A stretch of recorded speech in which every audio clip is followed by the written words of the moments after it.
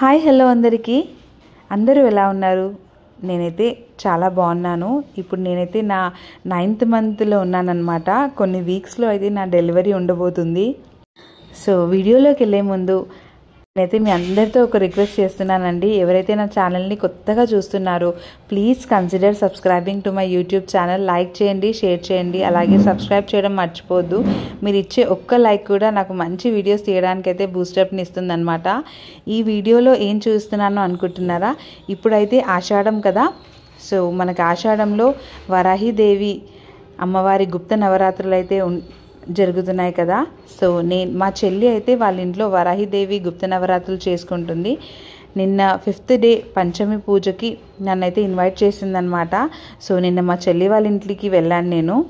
So మీతో కూడా share చేసుకుందామని వీడియో అయితే తీశానమాట.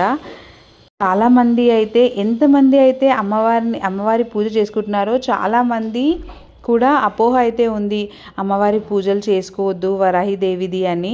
అలా అయితే ఏమీ కాదండి. మనం మనస్సుతో అమ్మవారిని పూజిస్తే అమ్మవారు మనకి ఎందుకు వేరేగా అయితే చేయదు అని అనిపిస్తుంది అనమాట. మా చెల్లి విషయంలో కూడా అలాగే అయింది. మా చెల్లి అయితే నండూరి శ్రీనివాస్ గారి వీడియోస్ చూసి తను లాస్ట్ ఇయర్ ప్రెగ్నెంట్ ఉన్నా తను 9 days అయితే నిష్టగా నవరాత్రి పూజ చేసుకుందండి. ఇది 2nd year అనమాట. తను ప్రెగ్నెంట్గా ఉండి తను ఒక కోరిక కోరుకుందంట వరాహి అమ్మవారి దగ్గర. తనకైతే అమ్మవారి లాగానే ఒక ఆడపిల్ల పుట్టాలి అని చెప్పి, ఫస్ట్ బాబు అనమాట. సో తనకి అమ్మాయి పుట్టాలి అని చెప్పి కోరిక కోరుకుంది.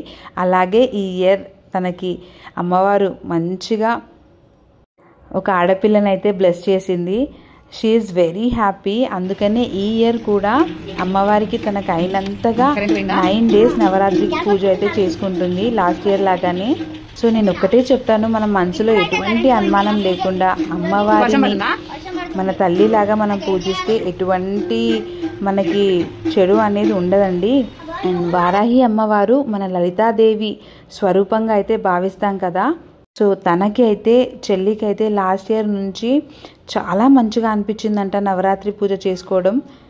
సో ఈరోజు మా చిన్ని వారాహిదేవిని ఒడిలో ఎత్తుకొని చేసుకుంటుంది పూజ. నాకైతే చాలా మంచిగా అనిపిస్తుంది. నేను కూడా నా డెలివరీ అదంతా మంచిగా అవ్వాలి అని చెప్పి నేనైతే పూజ అటెండ్ అయ్యాను అనమాట. నిన్న పంచమి ఉండే కదా. సో అమ్మవారికి అయితే కందదీపం పెట్టాలంట. అండ్ నిన్న వచ్చేసి అమ్మవారికి పసుపు కొమ్మలతో మాల వేశారు, అలాగే కందదీపం పెట్టుకున్నారనమాట.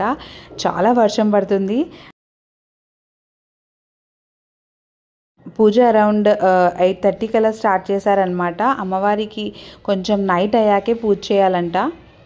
అమ్మవారికి ఇష్టమైన దానిమ్మ గింజలు, బెల్లం పానకం, రెడ్ ఫ్లవర్స్, ఎక్కువ రెడ్ కలర్ అనేది అమ్మవారికి ఇష్టం కాబట్టి వీళ్ళు ధరించేవి కూడా ఎక్కువ రెడ్లోనే ఉండాలి. అమ్మవారికి మనం ఏమి ఇచ్చినా కానీ ఏం పెట్టుకున్నా కానీ రెడ్ కలర్లో ఉంటే అమ్మవారికి చాలా ఇష్టం అని అంటారనమాట.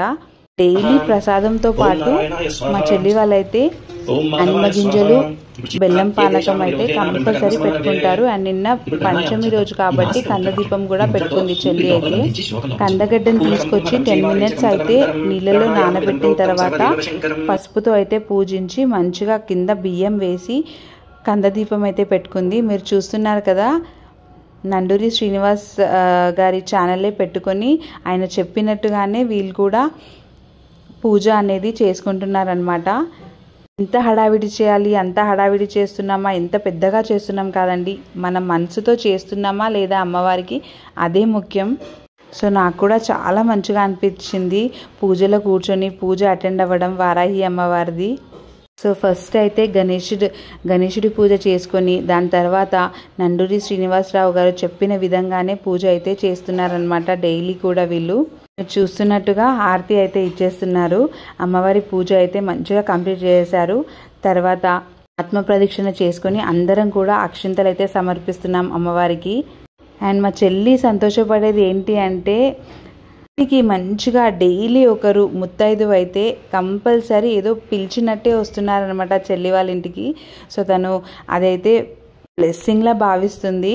ఎందుకంటే ఎవరో ఒకరు ఈ నవరాత్రి టైంలో వస్తే తాంబూలం తీసుకుంటే చాలా మంచిది కదా.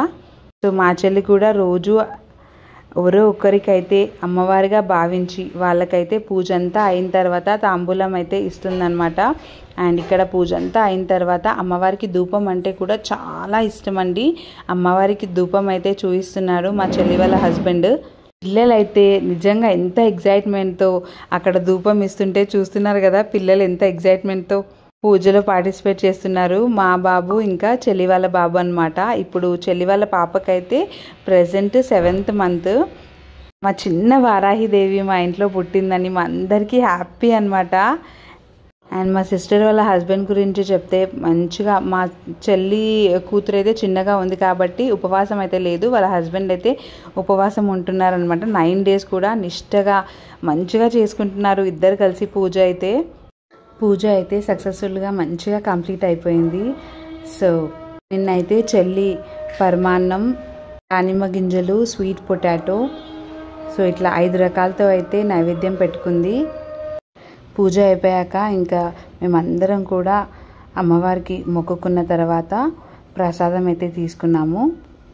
అండ్ మా సిస్టర్ వాళ్ళ హస్బెండ్ అయితే ఉపవాసం ఉంటారు కాబట్టి ఫస్ట్ తీర్థం ప్రసాదాలు అయితే తీసుకున్నాక ఆయన అయితే ఉపవాసం వదిలేస్తున్నారు. ఇక్కడ నిన్న చేసిన స్పెషల్స్ ఏంటంటే పాలకూర పప్పు, పరమాన్నం, మిల్ మేకర్ కర్రీ చేసిందనమాట. సో మేమందరం కూడా తినేసాక లాస్ట్లో అయితే చెల్లి అందరికీ ఇట్లా తాంబూలం ఇస్తుంది.